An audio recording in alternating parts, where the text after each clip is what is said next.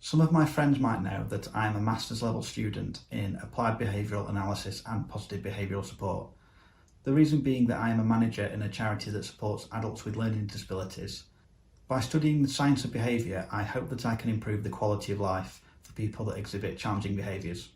In one lesson, we were taught about the concept of learned helplessness, and I'll be honest when I say that it completely broke me. I'll explain why after I've discussed the basic concept. Learned helplessness is a phenomenon observed in both humans and other animals when they have been conditioned to expect pain, suffering or discomfort without a way to escape it. It was accidentally discovered by the psychologists Martin Seligman and Stephen Meyer in the late 60s. They were conducting experimental research which by today's standards would never get past an ethics committee. One such design included subjecting dogs in cages to electric shocks. These shuttlebox cages had two chambers divided by a low barrier, with one chamber's floor electrified and the other side neutral. The dogs could escape shocks by jumping over the barrier. When the researchers turned on the electric floor, however, they noticed something strange. Some of the dogs didn't even attempt to jump over. In addition, those dogs which made no attempt to escape tended to be the same ones that had previously been given electric shocks without any opportunity to escape. The dogs who did jump the barrier tended to be the ones whom had never been forced to endure inescapable shocks. In a follow-up experiment, the researchers gathered a new batch of dogs and divided them into three groups. Dogs in Group 1 were strapped into harnesses and were not administered any shocks. Dogs in Group 2 were strapped into the same harnesses but were administered electrical shocks that they could avoid by pressing a panel with their noses. Dogs in Group 3 were placed in the same harnesses and also administered electrical shocks, but were given no way to avoid them. Afterwards, the dogs were returned to the shuttle box. Dogs from Group 1 and 2 quickly figured out that they only needed to jump over a barrier to avoid the shocks, but most of the dogs from Group 3 didn't even try to avoid them.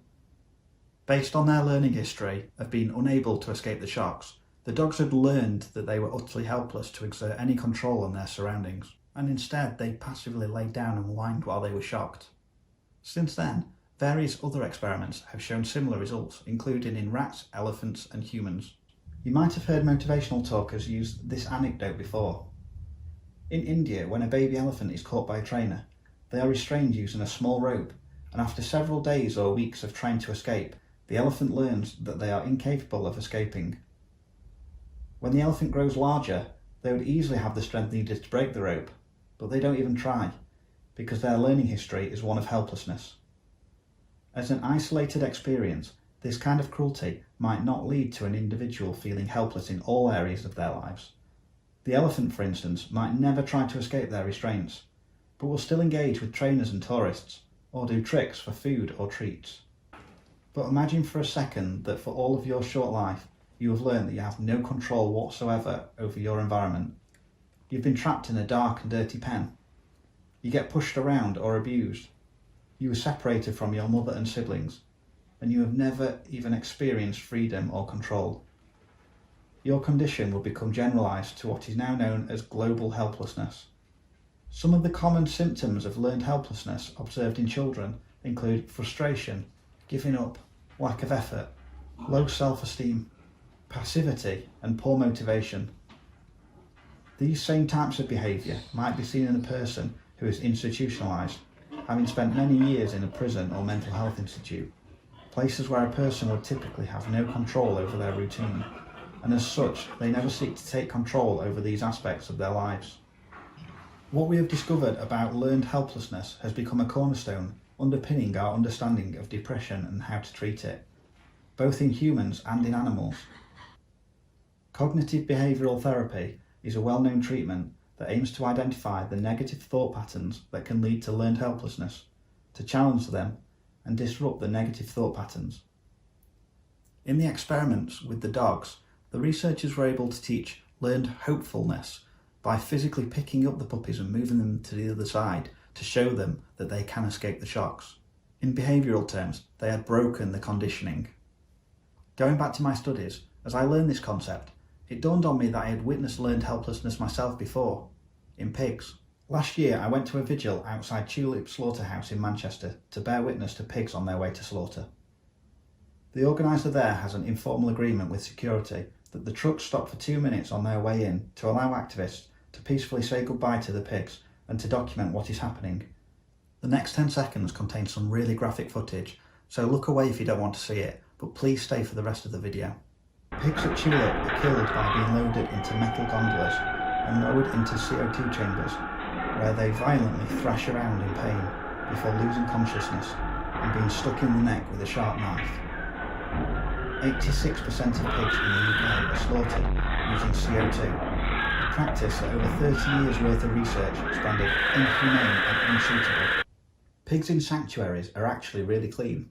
They don't soil where they sleep, and if they do get dirty, it's through necessity from intentionally rolling in a mud bath to use as a natural insect barrier or sunscreen. But the pigs going to slaughter were absolutely covered in faeces.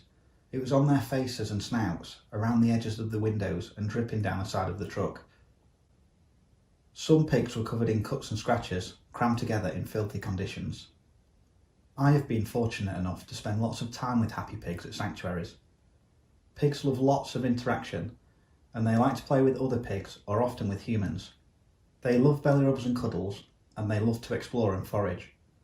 Studies have shown pigs to be the 4th most intelligent non-human animals on the planet, being as intelligent as a typical 4-year-old human child. They are typically very curious and mischievous individuals, each with completely different personalities. They're inquisitive and full of energy. But most of the pigs I met at the slaughterhouse had glazed over eyes and a look of misery, exhaustion and pain. They often just stood still and showed little interest in coming to the windows. I couldn't imagine what these pigs had gone through to be so different from the ones that I had met and cuddled with previously at sanctuaries. As we spent a few moments talking to this piglet, we nicknamed him Billy. Billy had the potential to live somewhere between 15 to 25 years. The potential to have friends, to form loving relationships, and the potential to experience a life that's uniquely his own. Billy was still only a baby at 6 months old, and yet already he perfectly embodied the concept of learned helplessness. These intelligent, emotionally complex individuals go through hell just for a few fleeting moments of sensory pleasure as they pass our taste buds. It's too late for Billy and all of the other pigs on that truck. They're all long dead, but it's not too late to make a difference. You can stop financially contributing to these industries. You could transition to a more compassionate lifestyle.